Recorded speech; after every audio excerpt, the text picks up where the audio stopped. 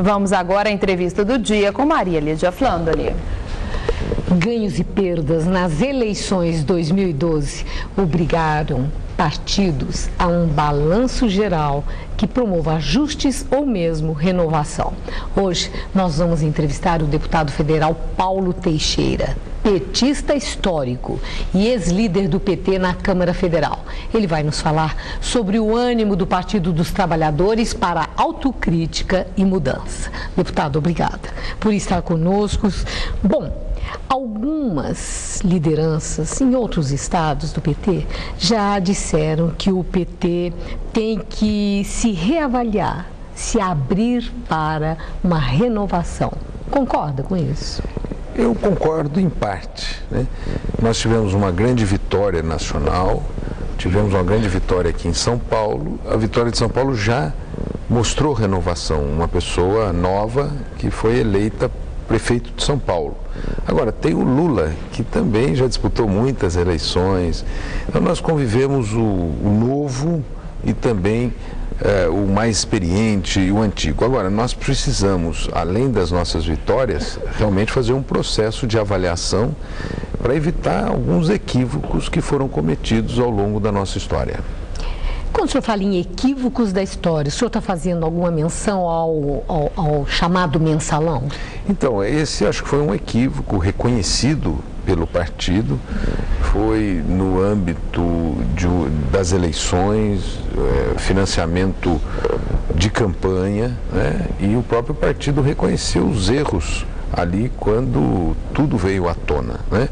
E nós temos agora, na minha opinião, que avançar para uma reforma política. Eu acho que o Brasil, a institucionalidade política brasileira tem aspectos muito bons, mas nós temos que avançar para uma reforma política.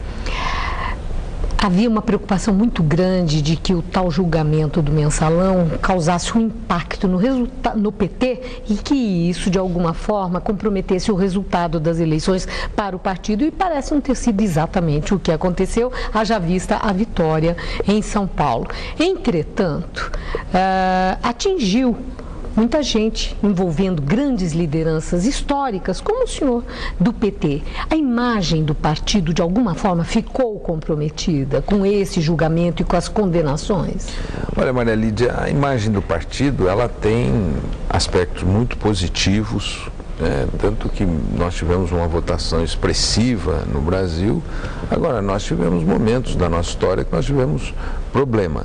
Eu creio que os aspectos positivos superaram os problemas. Agora, nós não vamos, digamos assim, passar por cima dos problemas. Eles existiram, nós temos que avaliá-los, já avaliamos, e superar esses problemas, tanto na vida interna do PT, como também perceber o que gera esses problemas. Eu acho que o financiamento privado de campanhas é a raiz de todo o mal. Eu li uma entrevista do ex-presidente do Supremo Tribunal Federal, Aires Brito, em que ele fez uma referência a grandes partidos, e ele fala do PT e do PSDB, e diz que houve um exaurimento da força transformadora, idealista desses partidos, e que eles precisam reavaliar isso. Ele menciona até os gregos, que falam que desapareceu o Deus que existe dentro dos partidos. No caso, ele estava se referindo a pessoas, mas colocou nos partidos, porque a ânsia pelo entusiasmo transformador parece ter desaparecido. E no PT, ele se refere assim: o PT chegou ao poder e se acomodou. E eu já vi petista lá do Rio Grande do Sul falando uma coisa parecida, com outras palavras. O senhor acha que houve uma acomodação, uma vez que o PT chegou ao maior poder da República e lá ficou? Eu discordo do ex-presidente Carlos Aires Brito quando ele disse isso. Por que eu discordo? Porque nós estamos conseguindo, dentro da democracia, dentro da negociação, transformar o Brasil. Há uma transformação social muito expressiva na sociedade brasileira, 40 milhões de pessoas que ascendem, os negros ganham espaço na sociedade brasileira, o Brasil ganha espaço de liderança mundial. Então, esse ímpeto transformador está presente no PT, nas suas administrações e no Brasil. Agora, não podemos fazer de um erro generalizar e criar digamos assim, um humor negativo na sociedade brasileira. Mas aí não é em relação ao erro. Vamos dar um outro exemplo que parece que contraria o lado ideológico do PT, as alianças. O PT vinha sempre com uma linha de coerência muito grande na defesa daquilo que divulgava e entendia como valores.